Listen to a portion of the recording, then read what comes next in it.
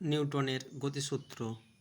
নিউটনের প্রথম সূত্র, বাইরে থেকে প্রযুক্ত বল দ্বারা বাধ্য না করলে স্থির বস্তু চিরকাল স্থির থাকবে এবং গতিশীল বস্তু চিরকাল সমগতিতে সরল রেখায় গতিশীল থাকবে।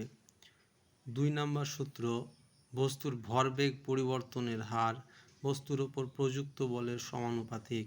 বল যেদিকে প্রযুক্ত হয় ভরবেগের পরিবর্তনও সেদিকে ঘটে।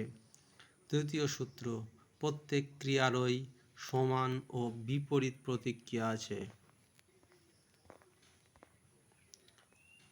আর্কিমিডিসের নীতি, স্থির তরল বা গ্যাসীয় পদার্থের কোনো বস্তুকে আংশিক বা সম্পূর্ণ নিমজ্জিত করলে বস্তুটির কিছু পরিমাণ আপাত ওজন হ্রাস ঘটে, যা ওই বস্তু দ্বারা অপসারিত তরল বা গ্যাসীয় পদার্থের ওজনের সমান।